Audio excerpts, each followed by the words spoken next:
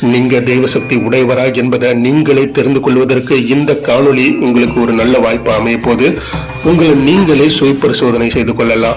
பொதுவா நம்ம எல்லோருக்குமே பார்த்தீங்கன்னா, யாராவது சாமி கும்பிடும் பொழுது அருள் வந்து ஆடுனாங்கன்னா அவங்க தெய்வத்தோட அருள் பெற்றவங்க அப்படின்னு நம்புவோம். அதே மாதிரி பார்த்தீங்கன்னா, யாரெல்லாம் ஜோசியம் பார்க்கறா, யாரெல்லாம் குறி சொல்றாங்களோ அவங்களுக்கெல்லாம் வந்து தெய்வத்தோட அருள் அதிகமாக இருக்குன்ட்டு நம்ம நம்புறது இயற்கை தாங்க.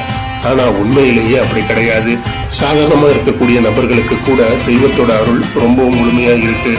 அது எப்படின்னா, அவங்க கிட்ட இருக்கக்கூடிய நேர்மறையான ஆற்றலை பொறுத்துதாங்க. யாருக்கிட்ட நேர்மறையான ஆற்றல் ரொம்ப அதிகமா இருக்கோ அவங்க கிட்ட தெய்வத்தோட அருள் ரொம்பவும் அதிகமா இருக்குன்னு சொல்லப்படுதுங்க. இப்போ நம்ம கிட்ட நேர்மறையான ஆற்றல் அதிகமா இருக்கா இல்லையா அப்படின்ட்டு நம்ம தெரிஞ்சுக்கணும். அது எப்படி தெரிஞ்சுக்கிறது? அதுக்கு தான் சில விஷயங்கள் சொல்லப்பட்டிருக்கு, சில அறிகுறிகள் இருக்குங்க. இந்த அறிகுறிகள்லாம் நமக்கு இருந்தா நம்ம கிட்டையும் தெய்வத்தோட அருள் முழுமையா